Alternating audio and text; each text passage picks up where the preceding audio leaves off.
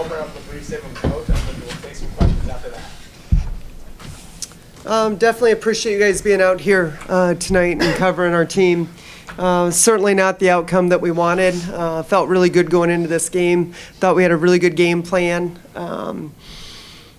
And I'm just proud of our girls. You know, it's like you just continue to feel the pressure mount. They work so hard. They do everything the right way. They continue to get in and watch film. They continue to get in and get extra shots up. And they just want it so bad. And it just seems like every game that passes, just that pressure of when are we going to be able to knock down that door just continues to mount. But it's an incredible group.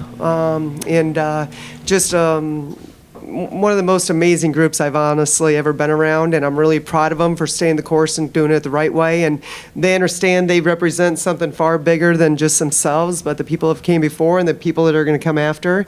And the locker room is as good as you could imagine, and so I'm blessed for that.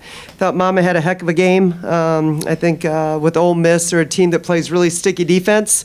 The goal was to keep them out of transition, keep them off the free throw line, and not allow the second shot opportunities. I felt like in the first half we executed really well. I thought we did a really good job with our transition defense. Our turnovers were dead ball turnovers, which we said we'd live with because we'd get a chance to get set in our half court defense. And then I thought in the second half we lost Collins a couple times, and probably the main player that can shoot the three ball that we needed to be mindful of, and then gave up some second shot opportunities and 3-point plays that I thought really hurt us.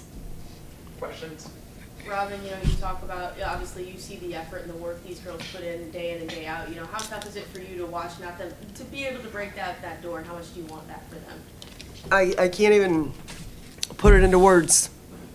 It's the most amazing team I've ever coached in, and I don't want to shortchange any of the others, but in my 30-plus years of coaching, that locker room is really special, and I want it really bad for them.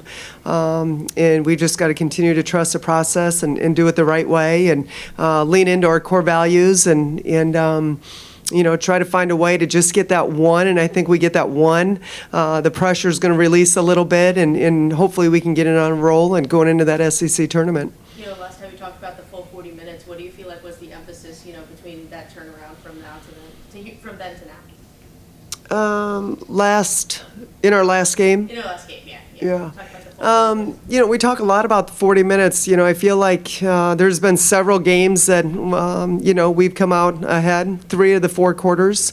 And it had been that third quarter, but against Florida, they just came out and they were hot. They played really well, and we dug ourselves a pretty good hole, and our players did what they always do. They continue to fight, very resilient. Tonight, we faced an Ole Miss team that's senior dominant. They've got a lot of experience on that court, and there's just no replacement for that. And so for our kids to be in those fires and have to go against that kind of pressure, that kind of length, and that kind of experience, I felt like, there was a lot of good possessions. Do I think we put 40 minutes together? I don't. But I think there's a lot of good things out there that we can continue to grow and learn from, and I think it's great for our young kids to get that kind of experience. Coach, you talk about some of those possessions, some of those dead ball turnovers. There were several shot clock violations, 5-second violations. What was so frustrating about dealing with this Ole Miss defense? Yeah, I don't know how much you watch on Ole Miss, but they do it to everybody in the country. That's what they hang their hat on. They've got great athleticism. They've got great experience. They're senior-led, and they're really good defensively. They're one of the top in the country defensively, and so, I told our players, there's going to be some really ugly possessions, and we can't let it impact what we do on the defensive end.